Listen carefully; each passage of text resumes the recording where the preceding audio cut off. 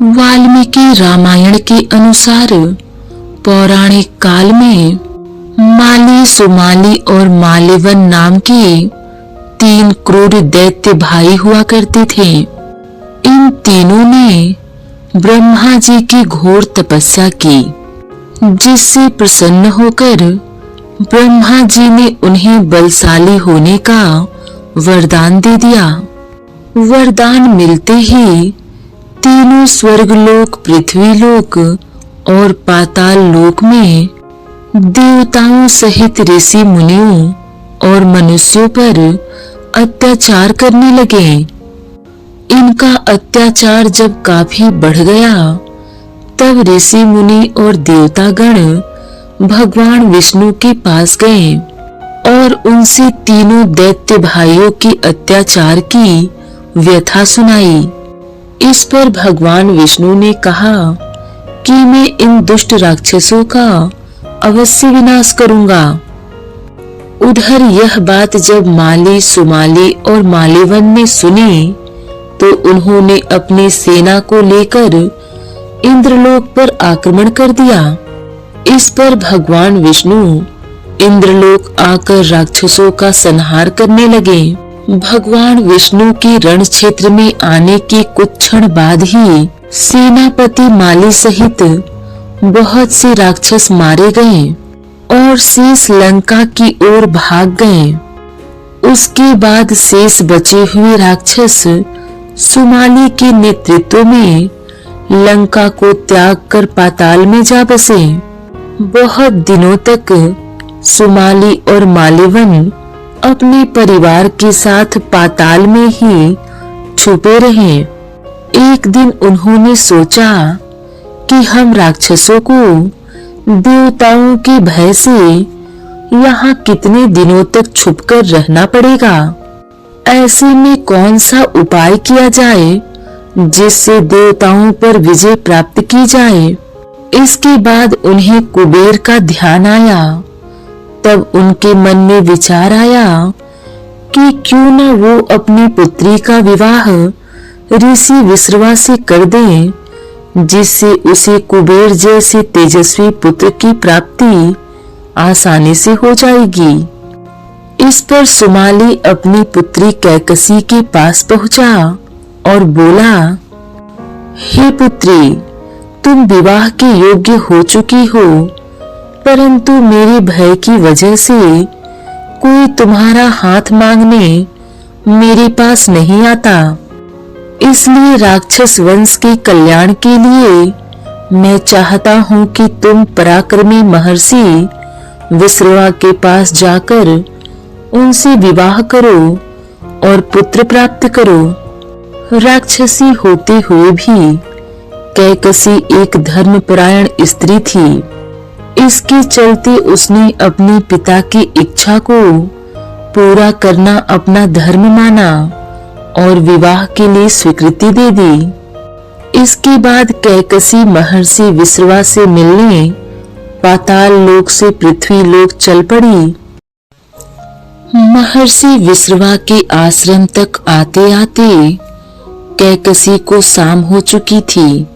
आश्रम पहुंचकर कैकसी ने सबसे पहले महर्षि का चरण वंदन किया और फिर मन की इच्छा बताई। इस पर महर्षि विश्रवा ने कहा, हे भद्रे, मैं तुम्हारी अभिलाषा पूर्ण कर दूंगा, किंतु तुम कुबेला में मेरे पास आई हो। मेरे पुत्र क्रूर कर्म करने वाले होंगे। उन राक्षसों की सूरत भी भयानक होगी। महर्षि विश्रवा के वचन सुनकर कैकसी उनको प्रणाम कर बोली, आप जैसे ब्राह्मणवादी दौर में मैं ऐसे दुराचारी पुत्रों की उत्पत्ति नहीं चाहती, अतः आप मेरे ऊपर कृपा करें। तब महर्षि ने कैकसी से कहा कि तुम्हारा तीसरा पुत्र मेरे ही तरह धर्मात्मा होगा। महर्षि से विवाह के पश्चात कैकसी ने विभत्स राक्षस रूपी पुत्र को जन्म दिया, जिसके 10 सिर थे। उसके शरीर का रंग काला और आकार पहाड़ के समान था। इसलिए महर्षि विश्रवा ने कैकसी के सबसे बड़े पुत्र का नाम दशग्रीव रखा, जो बाद में रावण के नाम से तीनों लोकों में जाना गया। उसके बाद कैकसी के गर्भ से कुंभकर्ण का जन्म हुआ। उसके समान लंबा चौड़ा दूसरा कोई प्राणी नहीं था। तदंतर बुरी सूरत की शूर्पणखा उत्पन्न हुई और उसके पीछे कैकसी के सबसे छोटे पुत्र धर्मात्मा विभीषण ने जन्म लिया।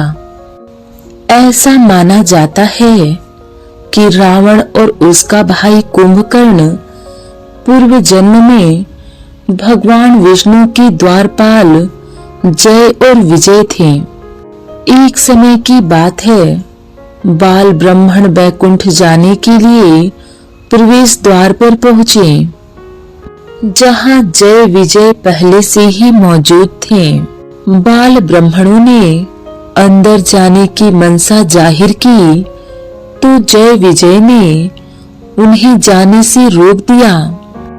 इसी से नाखुश होकर बाल ब्राह्मणों ने दोनों को मृत्यु लोक में जन्म लेने का श्राप दे दिया।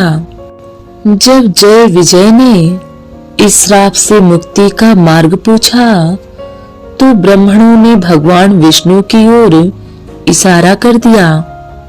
मान्यताओं के मुताबिक एक बार नारद मुनि को अहंकार हो गया कि वह माया को जीत चुके हैं। भगवान विष्णु उनके अहंकार को समझ गए। उन्होंने माया से एक नगर बनाया। नारद मुनि माया के प्रभाव में उस नगर में पहुंच गए और वहां के राजा से मिले।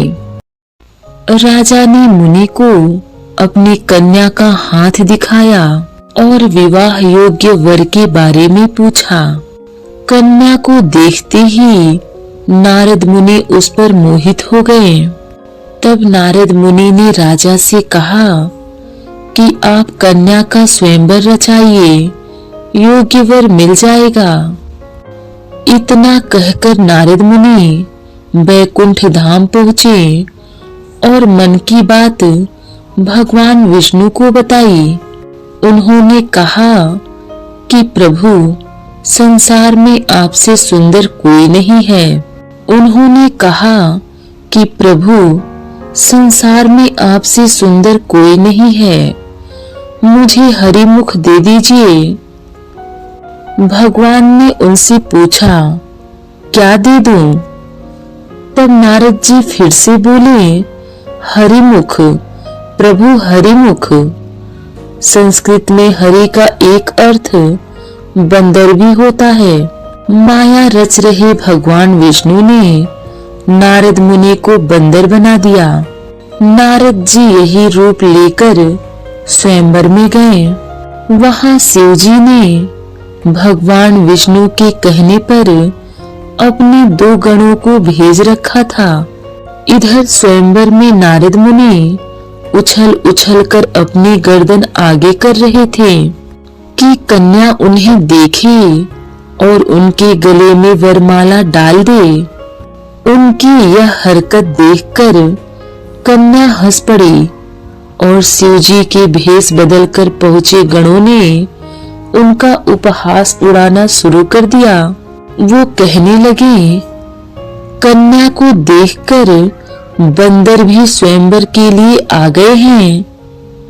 अपना मजाक उड़ता देख नारद जी ने दोनों को श्राप दे दिया कि तुमने मुझे बंदर कहा, जाओ, तुम लोगों को मृत्यु लोक में बंदर ही सबक सिखाएंगे। शिव जी के ये दोनों गण रावण और कुंभकर्ण बने। इसके बाद नारद जी ने देखा कि कन्या ने जिसके गले में वरमाला डाली वह खुद ही श्री हरि हैं।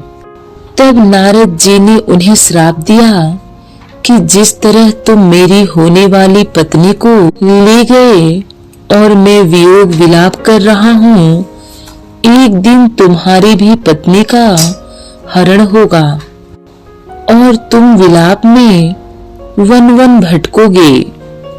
इस तरह राम और रावण का जन्म होना तय हो गया।